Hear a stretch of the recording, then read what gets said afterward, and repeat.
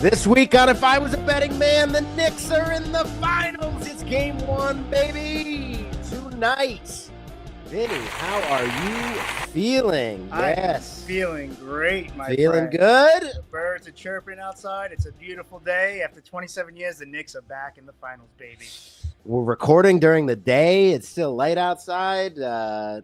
Somehow, Vinny was able to get over here despite the sun melting his vampire flesh. I floated here. You floated on a cloud of joy. A cloud of joy that I have not seen in many, many a year.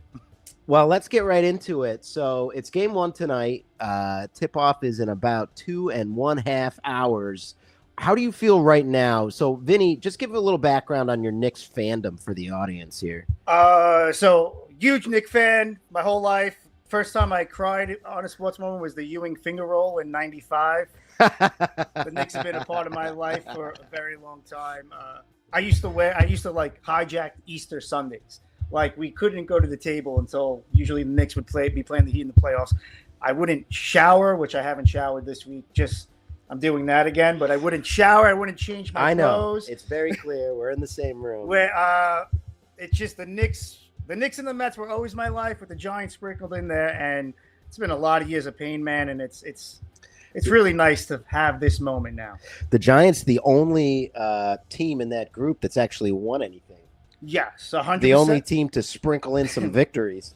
They certainly have, but and I love the Giants, but they just how it is. You have certain loves, and the Knicks and the Mets were always that love for me.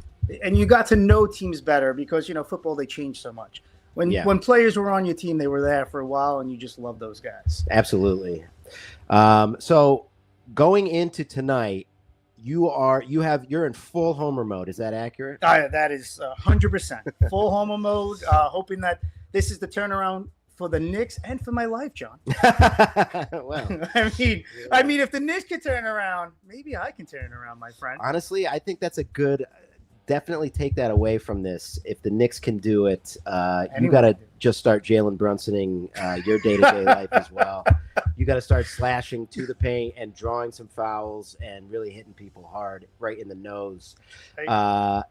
So the Knicks game one tonight, the odds are not in. The Knicks are a pretty heavy underdog, as was predicted. I can't tell you how many people I listened to this week who said the following. I love the Knicks. The Knicks look so good. The vibes are so good. And then finished it with Spurs and 6. Literally, like, name a talking head, and everybody's picking the Spurs. That being said, I don't think I heard Windhorst make a pick, but he thinks that the Knicks are very, very dangerous, and this thing is absolutely up for grabs. Oh, for sure. So going into this game, we've got a lot of factors. We've got sort of the poster child for the entire league playing in the game. We've got a guy that's been criticized by everybody from WNBA coach Becky Hammonds to every head coach that across the sport who was critical of his move to New York from Dallas. What do you think is going to be the main factor in tonight's game? What is going to make a difference in this game, whether it's a win or lose for either team? Well, what I'm hoping is experience. I think the Knicks have the playoff experience. The Spurs, very young. I think combined have played 68 games in the playoffs. At least that's what it was before Game 7. And if you go back and you look at the history of the playoffs, teams that are who swept their opponents going against teams that have played back-to-back Game 7s or close, back-to-back Game 7s. Yep. That team, let's say the Knicks in that favor, the history would say that the team is 20-4. Wow. Historically in this type of situation. So 20-4 in the series. Yes. Wow. So that gives me a lot of hope. We talked right off air before that the '95 Magic come into play with me with this Spurs team. That was Shaq's third year. Very young, very good team. Were the favorites going into that Rocket series. And somehow the Rockets, although the Rockets were champions going into that series, they had won the year before against the Knicks, sadly. The Rockets came out in that game one, which I think will be very pivotal, and they made it known, not this year, boys. You're going to have to wait. And unfortunately for the Magic, it never happened, but it wound up happening for Shaq. One of the most talented teams in history, in hindsight, was that Magic run. I mean, incredibly talented team. I mean, they did have some injury issues. So we're just doing a little technical stuff here real quick. Apologies to the audience. This is my fault. We're double checking a technical thing here. Yeah, if you want to click just the arrow next to your mic there, John. Yeah, it does look like we're all set. Hello. Okay. Yeah, sounding a little better. Cool. Is that better? Maybe I've already lost my voice thinking about the Knicks winning the title. Yeah, maybe that's what it is. Well, future Vinny. So a couple of interesting things for me, from my perspective. Wembanyama, like I said, poster boy for the league. For sure. Nobody thought he was going to get this far. No.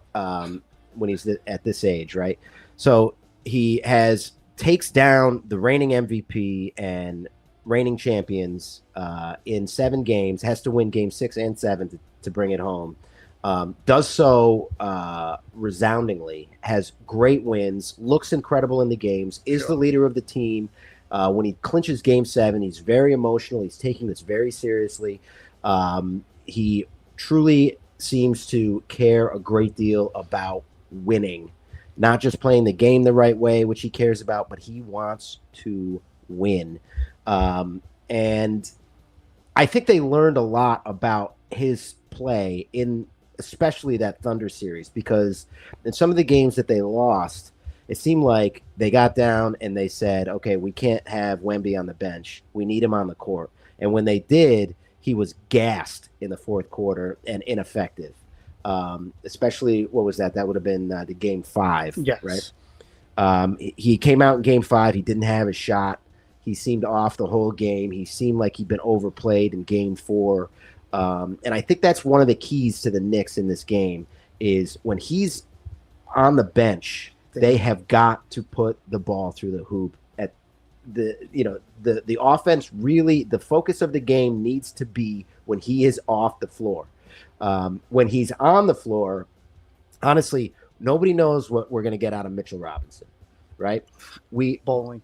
I mean, it's kind of a wild. Is that what it was? Supposedly, that's what I heard. How do your pinky? Did he have when the ball was returned? Did it get pinched between? I heard something about bowling. Now balls? I can't. I didn't fact check it, but that's what I heard. That's what I heard. It wasn't the.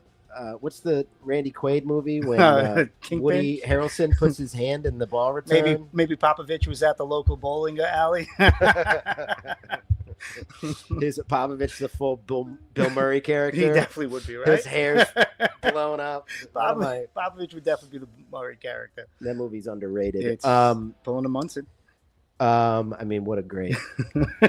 That's I've been pulling a Munson for 42 years. Yeah, that's why the Knicks winning is really a big deal for me, man. Anyway, as I was saying, so I think the other thing is Karl-Anthony Towns, and Mitchell Robinson. I think that you need to maximize the amount of time that the two of them are on the floor, especially in the fourth quarter. I think you're gonna see them play for the last 8 minutes of every game together on the. I agree. In the paint, and I think you're going to see Karl-Anthony Towns. It's going to be an interesting thing because the thing that they unlocked on their offense was his ability to get sort of at the top of the key and be a either distributor or drive to the hoop, right? And Wemby's going to disrupt that completely, right? So how do they Draymond this situation when the best defender in the league is standing right next to Karl-Anthony Towns? What they're going to have to do is they're going to have to pull Towns out of the paint. He's going to have to be on the perimeter, maybe even bringing the ball up. I think we're going to see a lot of distance between Towns and the hoop, and we'll see what Wemby does. If he drifts closer to the hoop to be that defender that stops everybody in the paint, or if he is going to stick to Towns. And if he's not, if he's going to be where they need him, which is under the hoop on defense, then that means Cat has to hit threes. For sure. And I think the Knicks are going to have to try to get Wemby into foul trouble. I think that's going to be important. Like you said, Wemby in a lot of these games, he looked tired. Game 7, played 41 minutes. I mean, played amazing. was emotional after the game. I don't get the New York media coming out and being like, oh, he was too emotional. The kid's 23 and he just made the NBA Finals. He's allowed to be emotional. That is not going to make a difference on whether they win the title or they don't win the title. Yeah. And, I mean, it's going to be a very difficult, hard task for the Knicks to beat this team. I just, sometimes you're just on a magical run, and I don't even know what the X's and O's of it are going to be. I don't know how they can beat the Spurs, but something in my gut tells me that this team is they're just right on that. Speaking of the Giants, it's a magical ride, and sometimes it's just going to happen. I think Brunson and those guys with the pressure, the Spurs, as great as they are, Harper, Castle, they turn the ball over a lot. They do. And the Knicks need to capitalize on that. They need to win the points off turnovers. They're going to need to win on the one of their strong suits. Yeah. I mean, this is the great thing about a team that specializes in slashing. That's why to me it seems like this is the blueprint for every NBA team. Drive to the hoop. Especially, Brunson does it all year, because he's got a chip on his shoulder. He's an undersized NBA player. So he's always in the paint. He's always trying to do his tricks, his floaters, his finger rolls, his layups under the hoop. I think the thing that I've heard a couple people mention, but I think, maybe outside of the other two things I mentioned, the other most important factor is OG Anunoby has guarded Wemby better than pretty much anybody in the league. For sure. And has made him not ineffective on offense, but certainly has brought him down to earth. And when you have him guarding him, and then Mitchell Robinson, he's got to play. Mitch has to step up. If he is not on the floor playing the majority of these games, every game they are going to lose. Anunoby guarding Wemby and Mitchell Robinson under the paint, ready for the double. I think that's the only way they can get this done. The only thing I think that could stop them, if that's the case, is Harper, Castle, various other Spurs. If they shoot 3-pointers at a much higher clip than they've been this whole playoffs, they will beat the Knicks as well. For sure. They have got to be able to defend the 3-point shot. And honestly, it really hasn't been an issue, with this Spurs team, because they're not a prolific 3-point shooting team. So I think it's going to be really interesting. And the other thing I heard that I thought was crazy is somebody saying, this is really only a 7-person team. That's Knicks team. That's crazy. Well, I mean, so who are they counting? Are they so? I mean, is it Shamet that they're counting and Robinson? Is that the 7-person team? To me, that's when certain play, when Hart is having a bad game, McBride has stepped up. Yeah. Over and over again. There's probably going to be at least one Jason Hart game, and honestly, from his play so far, I wouldn't be surprised if we see a toned down Jason Hart who doesn't completely go off, but who is dialed in and is shooting the 3 at a much better rate than he was, going into the last series. I think we're going to see a calm Knicks team. I think the Spurs are going to be rattled. And I think Wemby, just like he was in the first round of the playoffs, was rattled. And as far as his emotion at clinching the Western Conference, his dream was coming true.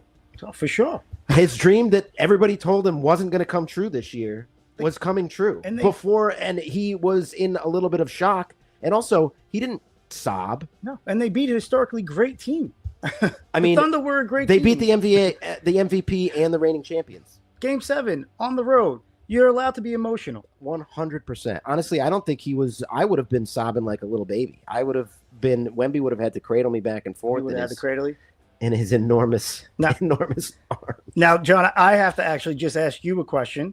We were both correct on taking the Spurs. Yeah. Before the series, plus 650? Plus 650. And then I took the Knicks plus 550. When they clinch. When they won the Eastern Conference. When they won right before when they were in after they beat the Hawks, and I realized. Oh, really? Yes. Wow. So you got them at a good number then. Very good number. What was it? Plus 550. Plus 550. So what I need to know from you now is obviously, I'm taking the money I could win from the Spurs and putting it all on the Knicks, because to win any money off the Spurs would be me not being on the Knick bandwagon.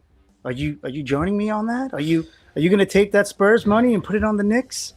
You know what I would like to see that I haven't been able to find is I would like to be able to bet on the number of the total win. You know, Number of games. the number of games. Which I'm a shocked. I have championship. not been able to see. It's it. wild because usually they pound you with bets. Yeah. Usually, it's like for a final.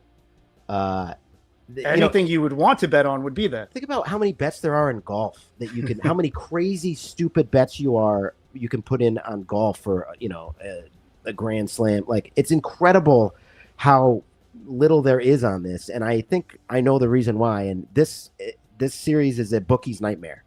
This is a team that has the most. They take up all of the air in the country For sure. The Knicks are basically the mascot for the NBA. And the money is just going to be so one-sided going into this that if the Knicks win, the bookies are in trouble. And I also think maybe to that fact, maybe the bookies know that the most bet on thing would be Knicks and 6. And they're like, we're going to stay away from that. You just have to take the Knicks to win it. Plus now it was at 175. It's down to 155. So the money's going on the Knicks.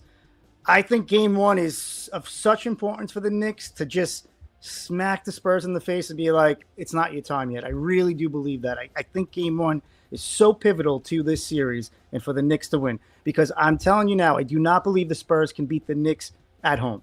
Well, on the road at MSG. And I believe if the Knicks can just take one quick here and and take command of this series, I see it being, I would love Knicks in 4, but I see Knicks in 6. Knicks in 6. It rhymes, so it's got to be true. I mean, it's a Tuesday. I'm off from work. It would be great. This is, not to get ahead of ourselves and jump to the last segment of the podcast. We'll reiterate it then. But I'm going to go with the under in today's game.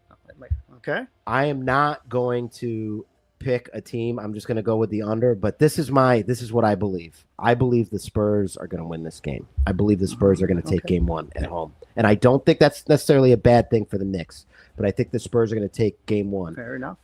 And I think that they're going to have to overplay Wemby to get there. And I think that's a very good thing for the Knicks. Not to give a shout out to my cousin Anthony, who gave me the Vegas last night and for the series, but he likes the under tonight. He does? He does. All right. There we go. Your cousin, your Italian cousin's name is Anthony? Cousin Anthony. He played, he was his high school, college captain in hockey. So, I go with him when it comes to hockey because I don't know that much. He's a high school, college captain? No. When he was in high school during the Carter administration, he was the captain of his high school hockey team. Okay. And then does college enter into it at any point, or did you just say that word? No, he went to college. He went to Lafayette. And he played hockey in college? Yeah. Oh no, not in college. Oh, okay. Gotcha. Isn't Lafayette? Isn't that the? He went to the fashion school. Isn't it Lafayette? FIT. FIT. I thought it was Lafayette. This cousin who was the captain of a hockey team and then went to the Fashion Institute. Oh yeah, he was seems on like Regis. a very interesting character. No, dude, he was on Regis and Kathy Lee back in the day. He had his own. That line, is going back. And now he's in construction. Now he's in construction. Yeah. What happened to the clothing line? I mean, that was successful too. But then, I mean, he's great at construction. Excellent. So he's like a plumber. He puts on the belt. No, he actually does like high level renovations. Cool. And he's a hell of a cook like you. Is that right? Yeah, we should have him on. You Honestly, guys could do a couple. It sounds like we have a lot in common. I think we do. All right, let's get into receipts. We sort of covered it a little bit. So Vinny and I both took the Spurs plus 650. So we have that in the bank, ready to go, ready to hedge against. Having no idea that the Knicks were going to make the finals when we placed that bet. That is correct. Vinny took the Knicks to win the championship at plus 550. Vinny also took Djokovic to win the French Open. It was a heartbreaker, and it seemed like the stars were aligning for him to win. That was his last chance. When Sinner went out. And the odds for Zverev, they didn't even put him up for like a whole day. It was wild how they didn't know how to handle it. They didn't know what to do. Minus 200 now. Is that right? Yeah. I mean, he basically needs to blow. Like if he doesn't win, he's going to blow it. He needs this. This is his chance. He needs it. I mean, he's not going to get a ton like this with Sinner. No. Him and Sinner are intertwined in the same way that Federer and let's not forget the other. Who's the Spanish kid who's hurt right now? who is always great on Oh clay. my God, I I can't think of his name right now. Yeah, My we're friend- both blanking. Maybe producer Jason can help us out with that. But so anyway, that one bet. Oh, and the other bet I made is last week. Game is 6. I Very bet impressive. the Spurs were going to win Game 6. I went against JBL. Vinny and John Bradshaw, our guest on the show last week. So we're doing pretty well, Vinny. Yeah, you're definitely doing better than I am. I've been holding, like I always do, balancing out the sheet as long as you could stay near even until you could like really take a nice hit. That's all that matters. Exactly. That's exactly right. There's nothing wrong with staying even. No. Okay. Not chasing. And, well, that's the whole name of the game, Yes. folks. Don't chase. The number of stories I have about people asking what the spread is on the Hawaii Rainbows, who kick off at midnight on Saturdays because they got to bet $2,000 on it to get back to even so that their kids can get Christmas presents. It's been 8 years since I asked you that question. Okay? You gotta let it go. Okay, we're gonna come back to the NBA towards the end of the podcast, but let's take a little step over. Vinny is also he mentioned it before, a Giants fan, and there were some arguably high profile signings by the Giants this week. They signed a bunch of retreads at wide receiver. I watched the OBJ I'm coming home video countless times. Yeah. Here's the thing. I went on Art Stapleton's live show. He's the Giants reporter, Art Stapleton, live on Buzzer. Had a lot of fun with Art. And he believes that Neighbors is on pace to be back week 1. Oh, I totally agree with that. And anyone who's saying he won't be, he wouldn't have played in that dodgeball charity tournament if he wasn't on pace. And Art was covering that. Like- He saw him play, and he said he looks good. He's stiff, but he just had to have a second. So we don't really know how many things he tore in his knee, whether it was just an ACL or what. We don't really know if it was the meniscus. We don't really know. But he had to have a second surgery to go in and clean up because it was the first time he had any sort of surgery. And there was a lot of scar tissue built up in that knee. So they had to go in and sort of remove a bunch of stuff. In baseball, they say bodies, and it's always so weird. It grosses me out. But so they cleaned out his knee, and he's still a little stiff. It's the second surgery that's causing the sort of slow progress from the injury, but it seems like he's going to be back for week 1. It's pretty exciting. If he is back, I don't think we'll see OBJ on the field for a single play. What are your thoughts? Oh, see, I disagree. I think OBJ will be on the field. I think he'll be more of a guy in the red zone. I think the Giants will still trust him in that situation, and I think he's going to be a red zone herring, is what he's going to be. And let's be honest, the Giants needed some veteran leadership. OBJ is a Super Bowl champion. People forget that, and I just think the Giants needed someone in that room that has played with Harbaugh before with the Ravens. I think it's a good signing. Hell, I like the Juju Schuster signing. I mean, too. I think that's the story that nobody's really talking about. That's the real story. I mean, Juju was productive last year with Kansas City, and I think he'll be productive again. He's a great deal. He's currently listed as the third string secondary, receiver group. I mean, it's kind of a wild thing. He's really taken a demotion from the only guy that the name of in Kansas City to being one of basically 6 guys in New York, which is kind of wild. But Berrios was the other one. Well, Braxton Berrios was also signed, but I think he's going to be, he's going to be on the roster. He's not a practice squad guy, but he's not going to see much time at all. I don't know. I mean, or listen, Jackson Dart might wind up being the best quarterback in football, and then all these guys are going to get their touches. I don't think there's any chance of that, but let me ask you this question. Do you think they spent the entire offseason programming Dart to be much more of a pocket passer? Oh, for sure. I have a feeling when we see Dart, it will be very clear he's a pocket passer, and that I think Harbaugh will be very smart to teach him, hey, man, when the game is on the line, go for it. Run. Do whatever you have to do. First quarter, we don't need you to do that. We need you to be healthy. Right. And I think if they could get that through his head and that he understands that, Dart has the ability to be a top 5 quarterback. Yeah. All I right. know you disagree with I that. do but disagree with that. I don't think he's got it. The thing about He has quarterbacks. that moxie. Listen, you can have all the moxie you need. Johnny Manziel had moxie. You know what you need? You need brains. And I don't see, Jackson Dart to operate, with a lot of intelligence in his, day-to-day life. I love that story. I don't know if you heard this story from Eli Manning when he gave Jackson Dart his phone number and said, "Hey, if you need anything, give me a call. I'm available. I'm a 2-time Super Bowl MVP. Call me. It's very hard to be a rookie in this league. Mm-hmm. Give me a call if you need anything." Right. And a bunch of time went by. He didn't call. And then he calls, and Eli picks up the phone, and it was Jackson Dart. And he says, "Jackson, how's it going? What do you need?" And he was like, me and my friends are at this restaurant. We can't get in. You think you could call and get us into this place? And Eli was like, no. That is not why I gave you that, my number. And he said next time he calls, I may let it go to voicemail. Because that's just, I think he's just still kind of child. He's immature. Well, he's young. That's okay. But I think what he's shown on the field is something of great potential. And I think he has the He's coach. had moments. He's had moments. And I don't know. I feel good about He's the got a Giants. great coach. I feel good. He's got a coach that if he plays well and can stay healthy, we'll put him in the playoffs every year. For sure. So that's pretty exciting. Okay, anything else happened in football this week that we should talk about? I mean, I can't. So the rich got richer in Los Angeles. That's right.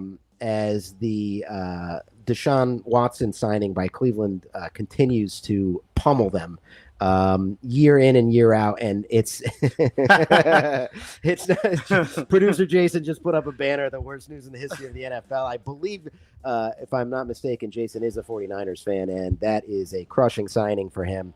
I have to say, this was I actually predicted that he was going to get moved on my Friday podcast that I do with Justin Seiler on Buzzer. Actually, it's a live stream on Fridays at 5 o'clock. It's 5 o'clock right here. I predicted that he would get moved. I did not, and I said it was going to be a big name team. I did not think it was going to be the team favorite to win the Super Bowl. The Rams did it again. I mean, the Rams F them picks, Yeah. That's what the Rams motto is. The Super Bowl once again is in SoFi Stadium. So the Rams are trying to repeat history. I think they will repeat history. Mm-hmm. I said a few weeks ago. Now I definitely believe it. Mm-hmm. And there's even rumors that Donald might come back. Yeah. In. Holy God, that would be amazing. Like, imagine seeing those two guys together. I mean, it's really hard for a guy like Donald was the most physical, and he left in very good shape. He certainly did. So, he had an epic season right before he retired. So, and he's been posting apparently workout videos in which he looks absolutely he's coming back. yoked. So, he could be really excited. Really excited. Aaron Donald and Myles Garrett are going to be playing for the Rams next year. playing Stoked about that. playing the 49ers twice. That's going to be a bummer. I mean, think about if they both get free. Hey, at least the Niners signed to Mike Evans. Yeah, Mike Evans will help block Aaron Donald from hitting 30. I mean, it is. Trent Williams will do fine. It is just kind of a wild situation. But don't you think that's a trade that is a win-win for both teams? No, I mean, so people have sort of been saying this. This is a lose for the Browns. This is a player that was the identity of their team. This was a player that sold tickets because the defense is really all that team has. For sure. And losing him means if I was going to go to a couple Browns games, maybe see Garrett, really pound some opposing teams, hit some quarterbacks. I might be willing to do that. Now I would have no interest in going. There's no reason to go to a Browns game. It's just a really sad story over there in Cleveland because it's going to be sad for I don't know how many more years. Yeah, but football fans are irrational. They're going to go to those games no matter what. Versus 60 to 70% of what he what's his name is. God, now I'm losing his name. Garrett is. You get a first round pick, you get a second and a third. The Browns now have 2 first round picks back-to-back years. Yeah. I mean, that sounds like a team that's rebuilding that needs a quarterback. But what's that pick going to be? It's 2028, right? So It's probably not going to be a great pick. At best, it'll be maybe the Browns will wind up having the last pick in the first round, the first pick in the second round. Yeah, exactly. It's basically a second round pick. I mean, we'll see what happens. The other side of the coin, obviously, the Rams are pushing all their chips into the middle of the table because of Stafford's age. For sure. Stafford has had injury issues for a good chunk of his career, especially his career in LA. Can he stay healthy this year? I believe so. You do? I do. Coming off MVP season, I believe he will stay healthy. I think he was remarkably healthy last season, and he did miss time with injury. So I think you're going to see a embarrassment of riches and a backup quarterback in LA for probably, if I had to guess, I would say a quarter of the year at minimum. Oh, really? Yeah. I think Stafford he's a year older. But speaking of top 5, top 10, Stafford is probably a top 10 quarterback of all time, arguably. All time? Maybe no. 20? 20, maybe. He has a little.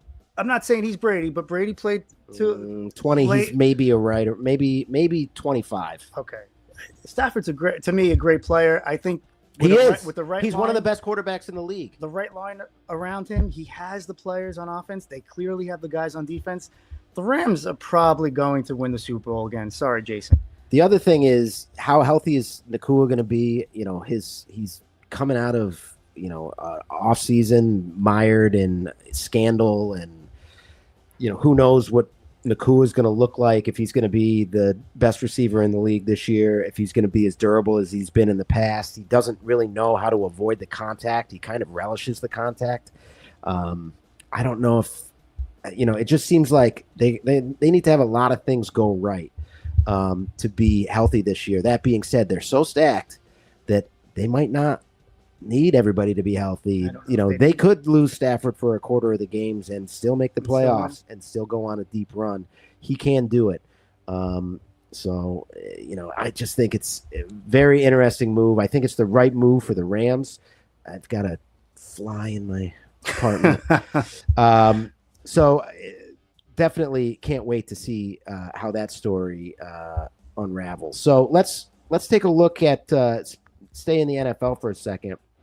I thought this was interesting. I was looking at the odds for division winners this week just to see where everybody is looking at this point. And boy, there's some surprising stuff on here. I sent you the list, Vinny. Basically, it's kind of crazy. I think there's value all over the place. In the AFC East, there's only a couple teams that are a negative number. Yes. To win their division. It's basically the Bills, the Ravens, and is that it? Yeah, that's it.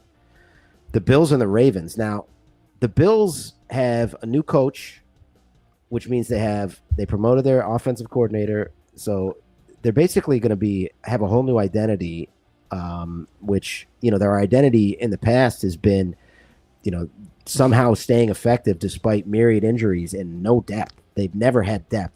And praying Josh Allen doesn't get hurt. Well, that's the thing. The best player in the league needs to stay healthy, and they lean on him often a little bit too much.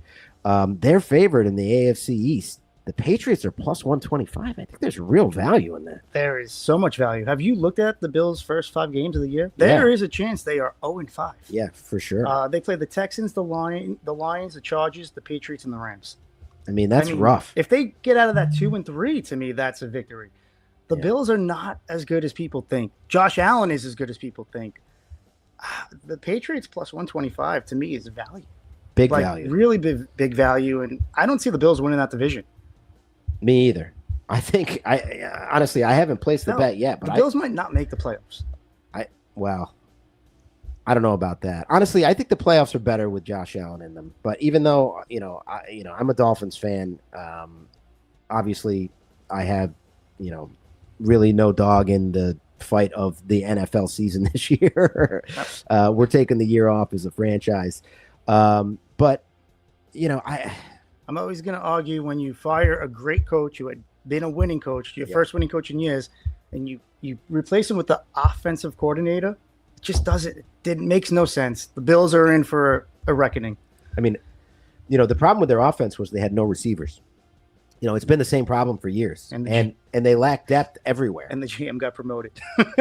And the GM, gets promoted, and the offensive coordinator gets promoted to coach. So all of a sudden, your identity, which is tied up in having Josh Allen and a great defense, is basically just becomes one-dimensional. For sure. They're going to really need to establish a defense in that team, and I don't know how they can do it in this turnaround. It's going to be a very interesting thing to see what happens there. Just moving quickly to the AFC North, the Ravens are negative 115 to win that, which is, also maybe, they've got a new coach in Baltimore. The Bengals have made a lot of moves this year. The Bengals look good. They're plus 185 to win the division. I think there's value in that too. I like the Bengals plus 185. I think sprinkling a little bit of money on some of these teams that aren't necessarily the favorites to win the division is probably a good move at this point, because I think we're going to see it change before week 1. I think in the preseason, we're going to see some of these teams shuffle. Moving down, the Jacksonville Jaguars their defense played incredibly against the Bills last season. They just didn't have enough offense to get the game done. But the Bills were banged up, and I think that's why they lost the next game. They are the second most likely team to win the AFC South at plus 190. The Texans are plus 135.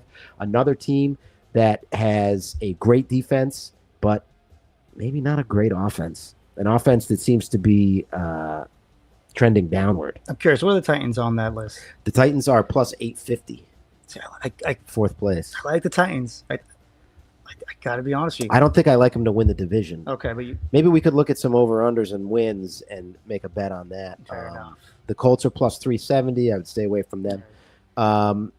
Kansas City. Oh, this has changed since I sent you the email yesterday. Wow. What's it look like? Kansas City is now favored to win the AFC West. They're plus 180. I think there's good. Actually, no, they're tied with the Chargers, both at plus 180 to win the AFC West. I think there's real value in a Chiefs team that is going to be healthy and have more depth than we've seen in the last few years. I think they're going to be very spicy, and nobody really has them on their radar to win a Super Bowl this year.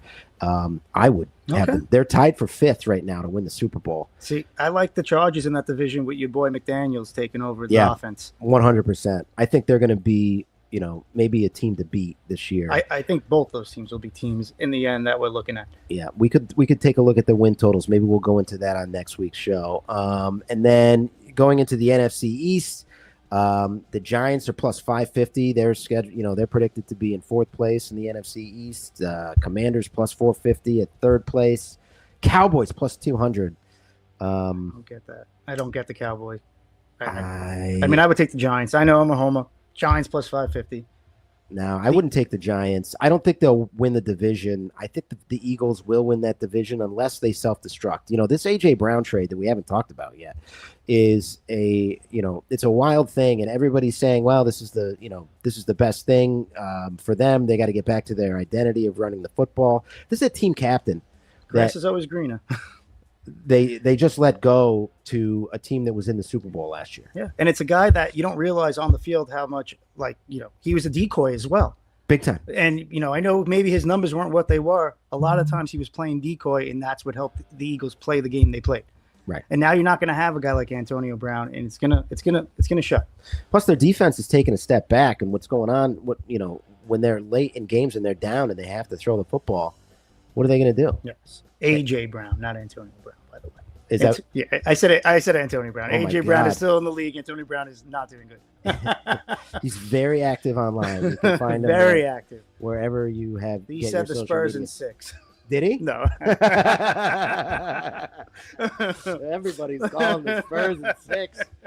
We'd be idiots not to bet it. Holy moly. Okay, so the other thing, we don't need to go too. Actually, I do want to talk about basically the rest of this, because the other thing that's crazy is the NFC North, the Detroit Lions. Everybody loves the Detroit Lions. I'm not sure what they're looking at for them to win the NFC North when you have the Packers and the Chicago Bears in that division.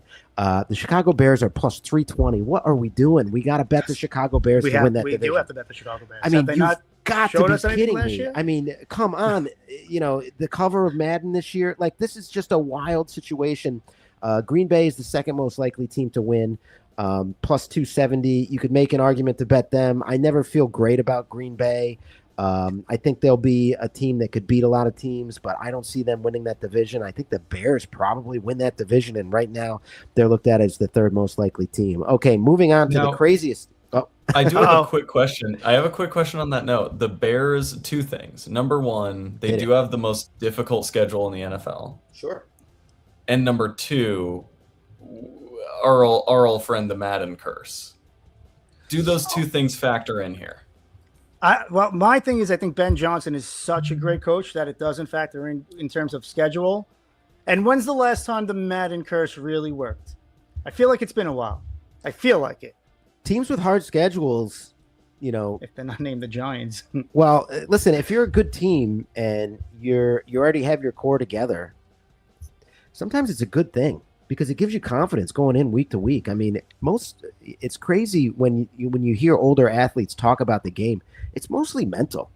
If they think they can win, these guys are all professional athletes. They're all incredible at what they do, to have staying power in the league. I really think it's not a bad thing for them to have a tough schedule. I'm really curious as to how this is going to pay out because the other thing is, the Bears have the toughest schedule, but I mean, the NFC North, basically, they all have very difficult schedules. It's going to be a tough year for the Vikings as they continue their quarterback search by not looking for a quarterback. I'll say for the Madden curse. Was it McCaffrey? Let's hear it. McCaffrey is the last one, and I witnessed that one personally. Barkley, of course, didn't necessarily get cursed this last year, although the Eagles obviously had a terribly down year. It is seemingly still present, is all. So three out of the last 10 covers I've just read have been cursed. So that's 3 out of 10. I'll take those odds. You make the Hall of Fame in baseball if you go 3 out of 10. Things Vinny tells his dates for 500. You got to keep on asking. That's let's move on to I honestly, just to put a pin on that, I would take any other team but the Lions. I agree. Right. I wouldn't take the Vikings. I wouldn't take the Vikings. But we could talk about this another day. We could argue that all three of those coaches, not the Lions coach, are better than him. I don't know about that. I just think that he's struggled to replace his coordinators since everybody left on their, 3 years ago. Okay. NFC South. This is crazy to me. That's what's crazy. Tampa Bay favored to win the division, plus 190. Second most likely team in the NFC South. Who would you think? Would it be the Falcons? It's not. It's the New Orleans Saints, plus 250. Plus 260, rather. What are we doing? Carolina Panthers, third most likely team to win, plus 310. What are we doing? Atlanta Falcons, who are probably going to have Tua as the quarterback and has been a Pro Bowl quarterback. And if he stays healthy, I think they'll be effective. Probably comeback player of the year in my head. And if he gets hurt, they can bring in Penix. To me, I'm betting this. I'm betting the Falcons to win that division. I think we should bet it. I think it's great value. I'm going to bet every single division. I'm going to bet. And I think, honestly, Vinny, I bet we hit 2/3. And if we hit half, we'll make hundreds of dollars. It's going to be wild. And then the NFC West, the Cardinals are a raging dumpster fire. And then there's another team in third. Could we bet the 49ers to finish in last? Is that a bet? Honestly. Could we? If we bet that, we could make a fortune. No, the 49ers would have to be really bad to lose to the Cardinals. I mean, that would take basically Myles Garrett just ripping a couple of their starters into several pieces. Which he could. It's very, honestly, I think that's likely. I think that's very likely to happen. Somebody feed that baby. So the Rams have run away with it. They're only plus 100 to win that division. Seattle, the reigning Super Bowl champions, are plus 200. It's just kind of a wild thing. What a crazy word. Boy, what is going on? Okay. We've already killed quite a bit of time this week. So what I think we'll do is we'll go to a brief quiz that I've prepared for Vinny. I know you prefer multiple choice. I did not give you multiple choice. Oh, man. You've got to It's just not about 1999 again. up with the answer, the individual answers to each question in honor of the NBA Finals and the Knicks making it to the NBA Finals for the first time since 1999. This week, it's all Nick and Madison Square Garden related questions. Okay, Vinny, number one. What is a Knickerbocker / what are Knickerbockers? A Knickerbocker is, see, I know a Knickerbocker is just like a New Yorker. It's basically it's a New Yorker. It's a right. Well, no, or a bum. Nope. They're a specific type of pant that comes down, is rolled up to just below the knee. Okay. That was very stylish in New York City and became sort of a basically like the mascot for New York City would wear these pants that were considered very cool. It was sort of a throwback to how the Dutch dressed when it was called New Amsterdam. So your team is named after pants. I mean, all of my teams weird names. The Giants, the Metropolitans, the Metropolitans, the the Giants. Metropolitans is. I think both of those names are pretty straightforward. Okay, Do you know that the New York Giants and the San Francisco Giants every year go on a picnic? do they? No, it's an old Mike Francesca joke. It's not a joke. It happens every year. It's a peculiar statement at best. Mike Francesa, known for his You should go look up that. scathing one-liners. That guy is a roast master. Okay. What was the most popular sport played in the original Madison Square Garden? Oh, I knew this. This is going to bother me. God, I know this because I've looked this up because this is the third MSG, correct? Well, it's technically the fourth. The fourth, okay. And the original sport, I'm gonna go. You're not gonna get it. I'm gonna try. Okay. No, I'm not gonna get it.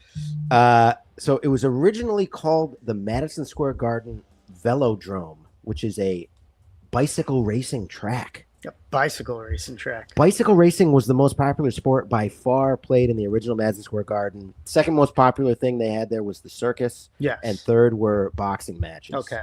It was open air. There was no roof. It was apparently a terrible place. The balconies, it was owned by P.T. Barnum. The balconies collapsed. Many people died. Quite a tragic situation at the original Madison Square Garden. What other locale was used as the home arena for the Knicks in New York City besides MSG?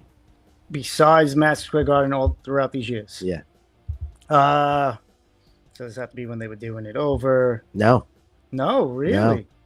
The original, the second Madison Square Garden built in 1947. Because I know since Dolan has the Knicks and Rangers both cannot play a game away from home. That's correct. Because of tax reasons. He has no tax. He doesn't pay any tax. So this has to be before Dolan. Way before. I'm going to say Yankee Stadium. No. All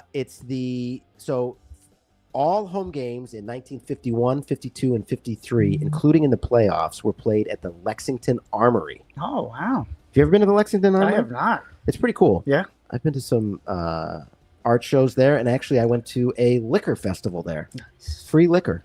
There we go. It was a very difficult evening for all involved. I do believe there was a great deal of vomit at the end of the event, and I don't think they saw that coming, but I was handed cups at least 7 times with 7 different kinds of gin in them. So you could do the math and figure out that was going to end poorly. But boy, I had a good time. And moving on. What came first? Madison Square Garden or the Boston Garden? Madison. Oh, wait. Is this a trick question? It's not. So it doesn't the Madison Square Garden. That's correct. Okay. The Boston Garden. Same guy. Right. Was originally named the Boston Madison Square Garden after Madison Square Garden. There are a bunch of frauds up there. That's crazy. They named their arena after our arena? You got to be kidding me. That's a joke. And they still call it the TD Garden. It's wild. Why would you do that? They may as well call them the Knicks 2. It's crazy.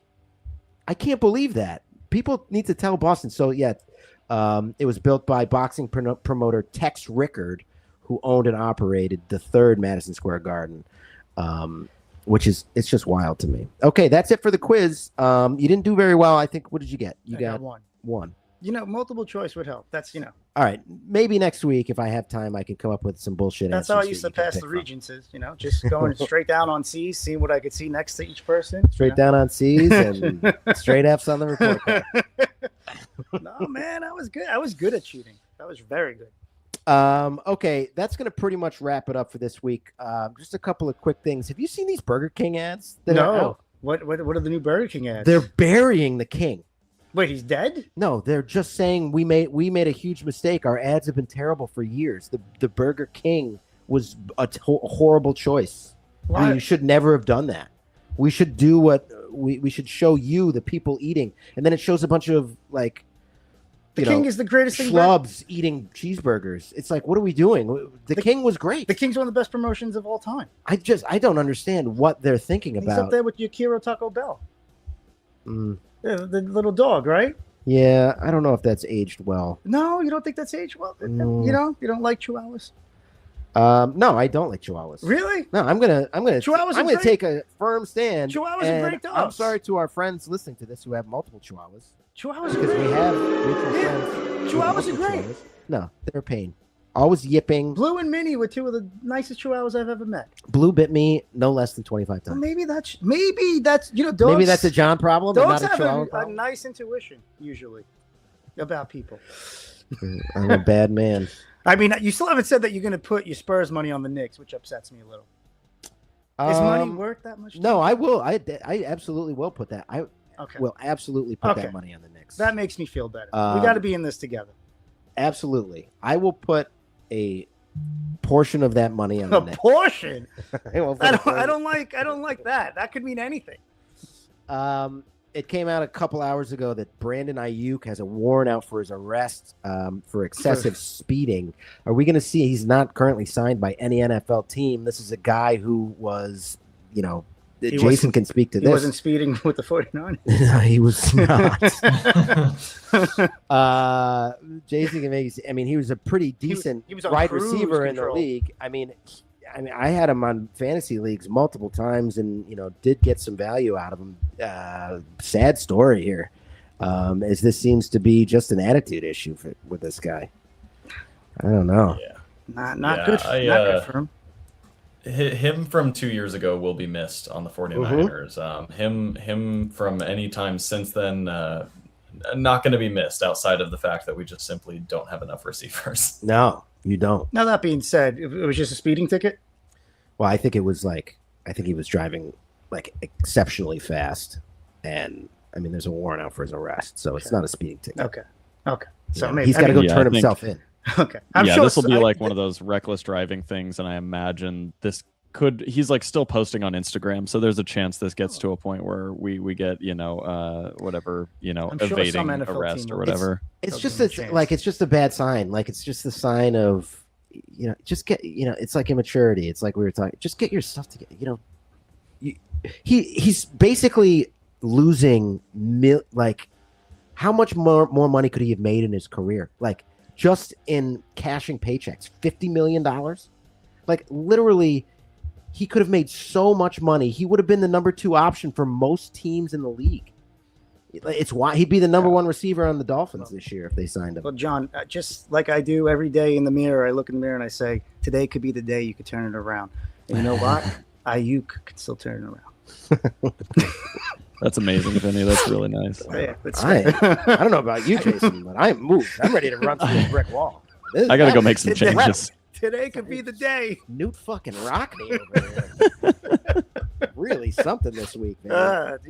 Motivational. It's been 27 years, man. The juices are fired up. The juices are fired up. We're ready. Just what you want to do with juices. You want them not necessarily flowing.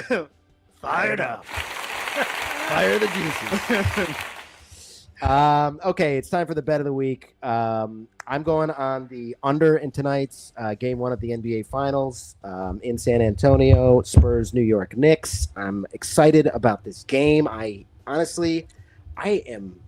This is maybe the most excited for a NBA game. I mean, I can't even remember. It's been years since I've been this excited for an NBA game. This is going to be a really fun series, unless it's tragically sad. I mean, dude, I haven't been this excited since I took like a portable TV to Tony Anna Marie's Sweet 16 in 2000 when the Knicks lost to the Pacers in 6. That's the last time I felt this this way. It's pretty wild. All right, so pretty exciting. Before we go, is there any recommendations you have for this week? My recommendation first, just the Knicks series. Take them, baby. They're gonna win it all. Plus 150. Go that way and take them game 1. And if you want to, I really loved Euphoria. I was one of the biggest fans. If you want to hate watch that last episode was just horrible. Broke my heart. Really? Broke my heart. They fumbled it on the 1 yard line, huh? It might Game of Thrones or Euphoria. I don't know who fumbled it more. Really? Yeah. That bad? That bad. It was horrible. Wow. Very upset about that. So if you want to hate watch something, go watch that. I wouldn't recommend it if you haven't yet. My recommendation is going to be something I've recommended before. Oh boy. The season finale came out today. I haven't gotten to watch it yet, but it's the show Widow's Bay. It's been so good. It's on Apple TV. It's excellent. Our friend Lauren and Corey is on that show. Oh, really? Yeah, she's on it. Awesome. She's great. She's in this last episode. She's in a few episodes. Anyway, it is just an excellent show. It's scary. It's funny. It's incredibly interesting. I don't know what is happening in the next room, but something's being broken. I'm glad you didn't recommend that other show again.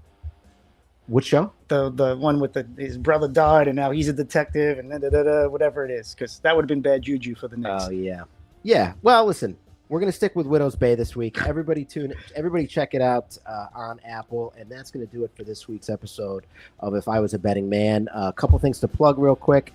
Every Friday at 5:00 live stream on Buzzer, me and Justin Tyler. That's awesome. We do a show called It's 5:00 right here. It's cocktails. It's the 5 best, biggest sports stories of the week. Big thanks to producer Jason. Thank you, Jason, for his contributions. And big thanks to the Knicks for giving us. Let's go. For getting the juices fired up. I know he hates it, but let's go. See you next week. You need to think of something better than let's go. You're right.